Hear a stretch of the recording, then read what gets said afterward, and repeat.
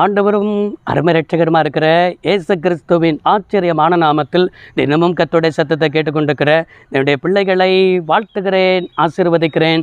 நீங்கள் ஆசீர்வதிக்கப்பட்டவர்கள். இந்த நாளிலும் கூட கர்த்தர் உங்களை பார்த்து சொல்கிற ஒரு வார்த்தை, உங்கள் மனக்குழப்பத்தை கர்த்தர் மாற்றுவார் என்பதை ஆண்டவர் தெளிவாய் தீர்க்கமாக இன்றைக்கு உங்களை பார்த்து தான் ஆண்டவர் பேசி கொண்டிருக்கிறார். நீங்கள் ஏதோ ஒரு ரீதியில் மனக்குழப்பத்தோடு கூட இருக்கிறத என் ஆவியில் உணர முடிகிறது. இந்த வார்த்தையை கேட்டுக்கொண்டிருக்கும் பொழுது என் வாழ்க்கையில் இப்படி நடந்துருச்சே அப்படிங்கிறதான குழப்பத்தோடு கூட இருக்கிறீங்க, இது நடக்கலையே அப்படிங்கிறதான குழப்பத்தோடு கூட இருக்கிறீங்க, எப்படி நடக்க போதோ என்கிற குழப்பத்தோடு கூட இருக்கிறீங்க.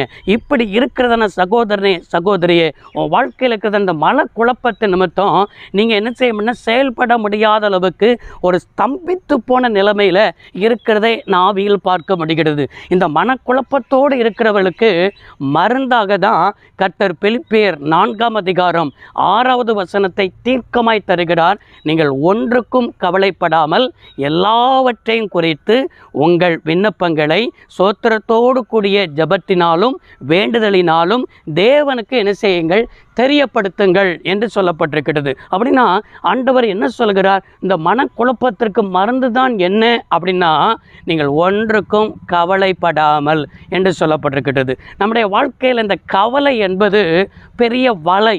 பிசாசு இந்த வலையில் தான் நம்மளை என்ன செய்வான், பிடிக்க வைப்பான். இன்னும் சொல்லணும்னா இந்த கவலை என்கிற வலையில் தான் நம்மளை அகப்பட வைப்பான். எப்போ நம்ம கவலையில் போய் விழுந்துட்டோமோ அப்போ நம்முடைய வாழ்க்கையில் பாரமாக மாறிடும். பாரம் சுமக்க சுமக்க சுமக்க அது நம்முடைய வாழ்க்கையில் மனக்குழப்பமாகவே என்ன செஞ்சிடும், மாறிடும். இன்றைக்கு இப்படி தான் உங்கள் வாழ்க்கையில் சில மனக்குழப்பத்தோடு கூட சில பாரங்களை நீங்கள் என்ன செஞ்சுக்கிட்டு இருக்கிறீங்க, சுமந்துக்கிட்டு இருக்கிறீங்க. அதுதான் என் தேவன் சொல்கிறார், என் பிள்ளைகளை பார்த்து சொல்லு, ஒன்றுக்கும் கவலைப்படக்கூடாது. ஏன்னா என் ஆண்டவர் உயிரோடு கூட இருக்கிறார், உங்கள் மீட்பர் உயிரோடு கூட இருக்கிறார். அவர் சொல்கிறார், எல்லாவற்றையும் குறித்து உங்கள் விண்ணப்பங்களை, உங்களுடைய விண்ணப்பம் என்னது என்பது அவருக்கு தெரியும்.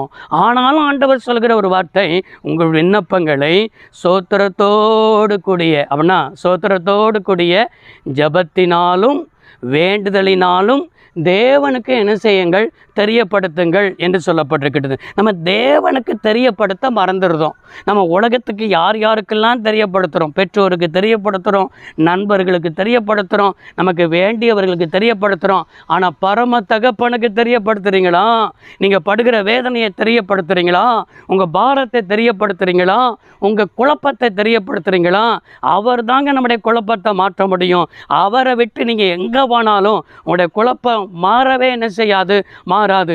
இன்றைக்கு ஆண்டவர் சொல்லுகிறார், உன் குழப்பத்தை நான் மாற்ற ஆயத்தமாக இருக்கிறேன், நீ எனக்கு தெரியப்படுத்துவாயா, என்னுடைய சமூகத்தில் வருவாயா, என் பாதத்தில் உட்காருவாயா, நான் உன் குழப்பத்தை மாற்ற போதுமானவர் என்பதை ஆண்டவர் பேசியிருக்கிறார். இன்றைக்கு ஒப்பு கொடுப்போம், ஜெபிப்போம். சர்வ வல்லமையுள்ள தெய்வமே, உம்முடைய பிள்ளைகள் எந்தெந்த ரீதியிலெல்லாம் மனக்குழப்பத்தோடு கூட இருந்தார்களோ, பிலிப்பியர் 4:6 உமக்கு தெரியப்படுத்துகிற பிள்ளைகளாக கர்த்தர் மாற்றினதற்காக நன்றி. இயேசு கிறிஸ்துவின் நாமத்தில் வேண்டி கேட்கிறோம் நல்ல பிதாவே, ஆமென். கர்த்தர் உங்களை ஆசீர்வதிப்பாராக. God bless you all.